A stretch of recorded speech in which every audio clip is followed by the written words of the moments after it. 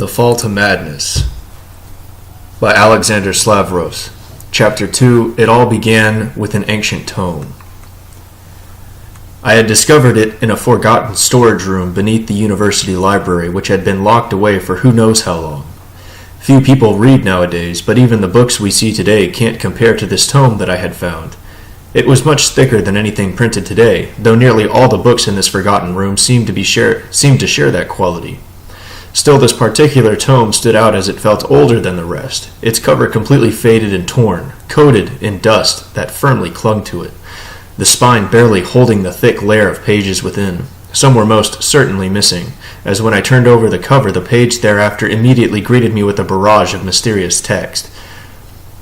The pages were coated in thick, gray dust around the edges just like the cover. They also had a dark yellow tint to them, and as I turned them over they released a soft, crackling noise which made me fear that at any point the page would shatter into tiny pieces like glass. The text was faded to various degrees, but where it was more preserved, I witnessed an elegant calligraphy of the print that was both beautiful and confusing, as I had never seen anything like it, and despite recognizing the letters, I could not understand their placement. I was interested in reading some more books written in the language I chose to learn at my faculty, preferably those that were written by those ancient people who spoke it fluently. My tutor had told me that there was a rumor of this forgotten room that had been passed down by our faculty's professors for generations, perhaps going all the way back to when it was simply common knowledge. Finding this room is a great discovery in and of itself.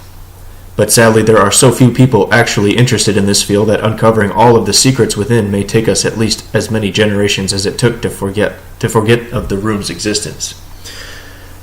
Nevertheless, I was curious to learn more and wanted to help out the university the best I could. Moreover, I wanted to work at the university after my graduation, as there were no other places where I could pursue my interest. I've shown the tomb to the professors, and they concluded that it was written in an ancient tongue of a distant foreign land. Nobody was quite sure if it even still exists. However, there were records of it, and at some point in the past it could be learned at our university, but no more. The interest in it had died quite a while ago, and the last professor to have learned it died during that era, without passing knowledge of the language to anyone else. We've looked into the deceased professor's old files, but they were incomplete, though I doubt that we could have mastered the tongue of the tome all on our own just from some notes. However, we had discovered something that gave us hope for unlocking its mysteries. The professor was looking into possible places where this ancient foreign tongue might still be researched and taught, and apparently discovered rumors of a recluse family that spoke this language fluently. It was no more than a short note with the name of the town where this family apparently lives.